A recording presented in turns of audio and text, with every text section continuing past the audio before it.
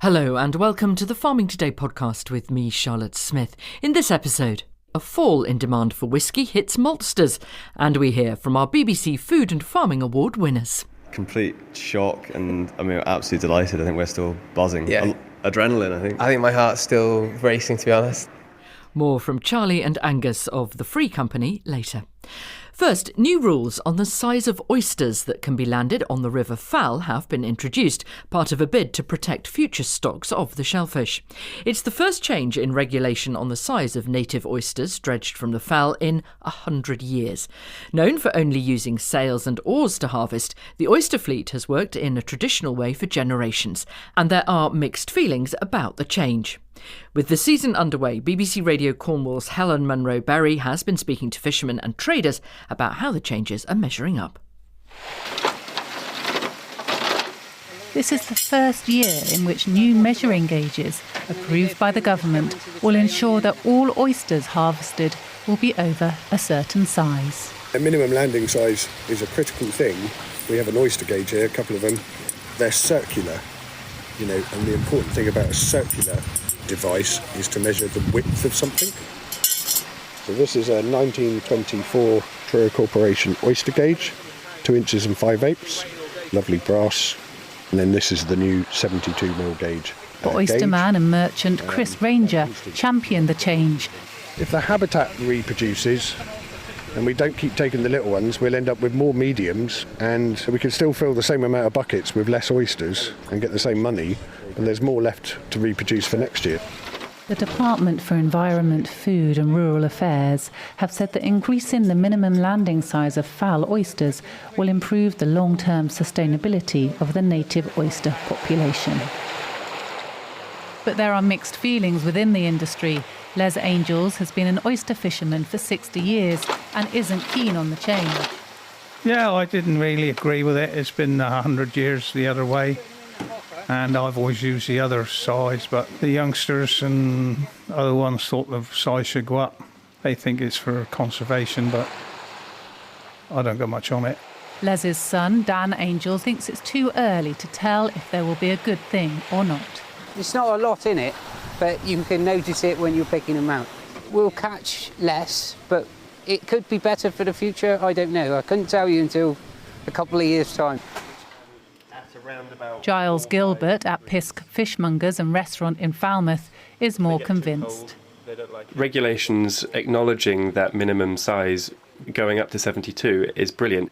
It means that the oysters have longer to breed, so it means that the smaller oysters will have more time in the water, and that should support a growing population of oysters. Giles Gilbert there. Now to farming in Brazil. All this week we're considering farming across the world as COP30 continues. Thales Mendonça farms in the south of Brazil and is at COP. He says it's important for farmers to be there to push for financing for agriculture which can help combat climate change. He is a first-generation farmer running a small family farm producing organic mushrooms on wood logs, as he explained to Anna Hill. We had many resources, we had many wood available, and no money coming from this wood because we were not being recognized by the government or by the society for environmental services. So those trees, we knew that they were working for the environmental perspective, but in the end of the month, our bank account was not improving. So we saw an opportunity to generate some income growing mushroom on the wood log. And does Brazil then have a grant or a subsidy scheme for farmers at all? Brazil doesn't have subsidy mechanisms like European Union has, but we do have financial support through special credit lines and loan programs from the federal government. When you are proposing work through agroecology, being a family farmer, and working with agroforestry, you can access some credit with less than 2% interest rate a year. It's nothing, it's less than the inflation, and you get like 10 years to pay, and the first year you don't have to pay anything. They give like a bit of oxygen to you to start developing the work. And why is it important for you to actually be at COP? I feel that this COP in Brazil, it's been different to really bring the global actors through the heart of the Amazon, and we as a farmers being there and be recognized as the key actors for the climate crisis. We are also solutions there, because the agriculture sector in Brazil is responsible for more than 70% of the greenhouse gases, and worldwide is more than 30%. So we are really pushing to be there to raise our voices, also to have direct access to climate finance, because the climate finance must be designed and reshaped, including the family farmers. How do you get your voice heard? Indeed, this COP has been promoted by this other part of our agriculture sector, the industrial agriculture, we call it.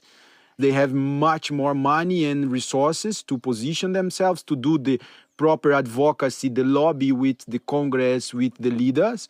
But being part of networks nationally and internationally enable us to access strategic people, to influence, to lobby for our agenda. But still, like, we are ants together with elephants, but we are still there, because collectively the ants, they make a huge impact.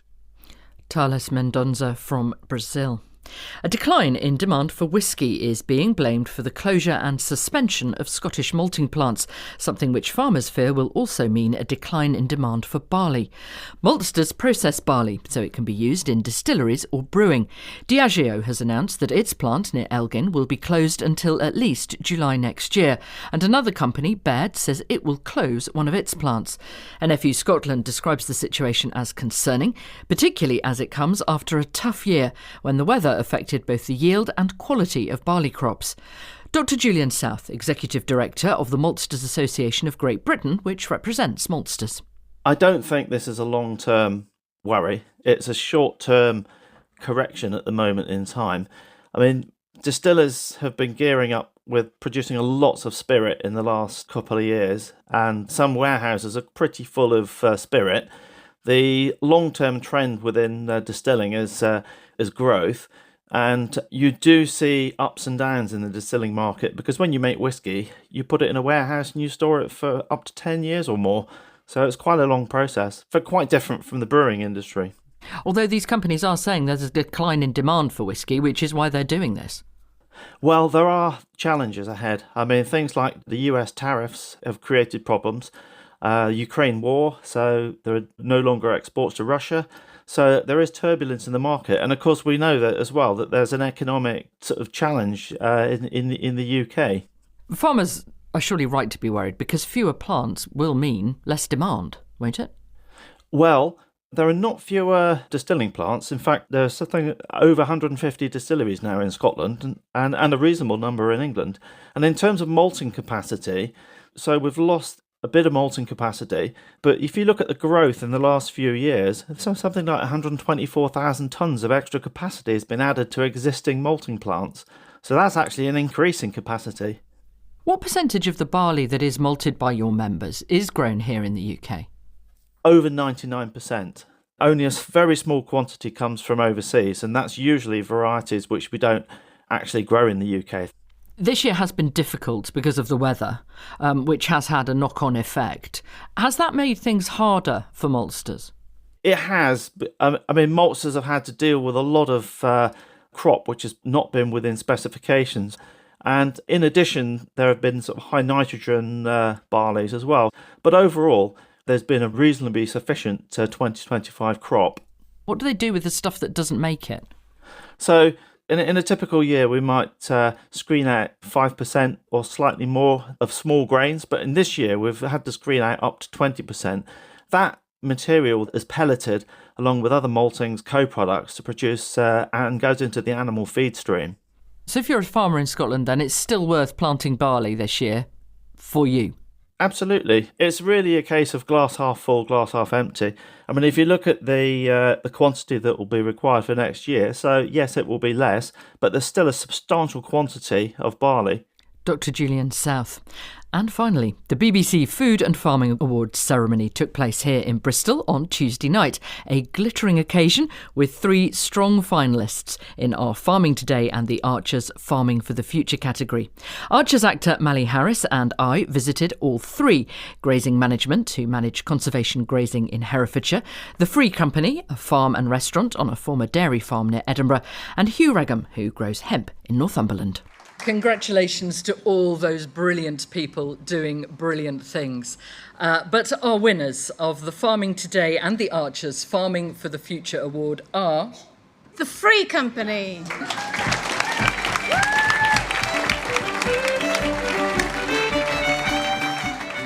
Congratulations. What was your reaction when Mally read out your name? Complete shock, and absolutely delighted. I think we're still buzzing. Yeah. Adrenaline, I think. I think my heart's still racing, to be honest. It needs to come down from our high. You took on a really difficult farm from your parents, and you also took on the debt. At that beginning point, did you realise you had to completely change it? At the very beginning, it almost felt like it was gone already, and it felt like we had nothing to lose. If you gave it a shot, at least if it didn't work, we could put our hands up and say we tried. But I think we also knew when we started, whilst we were right at the bottom, the only way was up, but we knew we weren't going to continue farming in the way that it had been done before, and it was going to change, and it was going to be sustainable. We need to make it resilient, we need to make it diverse, and not just what we're farming, but the business as well. It's the Farming for the Future Award. What do you think are the lessons you've learned that other farmers can take something from? I think the thing we've realised more and more is about stacking enterprises across the farm, trying to spread your risks and really invest in your team who are on the farm. Invest in the team and build the most diverse, passionate and committed team that you possibly can, who can come to these awards, celebrate with you. They're upstairs. And also, when it is tough, they'll keep on working really hard. And to add to that, to be really critical of each enterprise. I think for us it's really important that each enterprise stacks up on its own 2 feet. We don't have one enterprise that supports another. Okay, maybe in a bad year when one enterprise fails, you can rely on that, but the actual most important thing is setting out to make sure that they do all support themselves. I think is really crucial. That must be hard, though, when you've got something you really want to work and it just doesn't, and you have to let it go. Yeah, I think that a lot of people talk about farming, it's not a business, it's a lifestyle, and I think, there are aspects that it brings in this incredible lifestyle, but if it's not working, sometimes you do have to make those really, really hard decisions to stop doing that and to change it and to try something else. Yeah. And I think also, even to our extent, whilst we're growing and we've been building our own capital base to be able to continue developing things on the farm, there are aspects of our business that we are more interested in than others, but have much longer returns on. Therefore, we've had to invest in other things. Maybe it's some more non-farming enterprises that are not as quick return to enable us to develop our farming enterprises ahead of that. And that, an example of that is maybe focusing on private events ahead of our suckle herd of cattle. Now 8 years down the line, we're seeing some of the benefits of that. Charlie and Angus Buchanan-Smith from the Free Company. Congratulations to them. More from the awards ceremony on Friday's food programme. Start thinking now about who you'll nominate next year. That's it from us. I'm Charlotte Smith. The producer is Rebecca Rooney, and Farming Today is a BBC Audio Bristol production.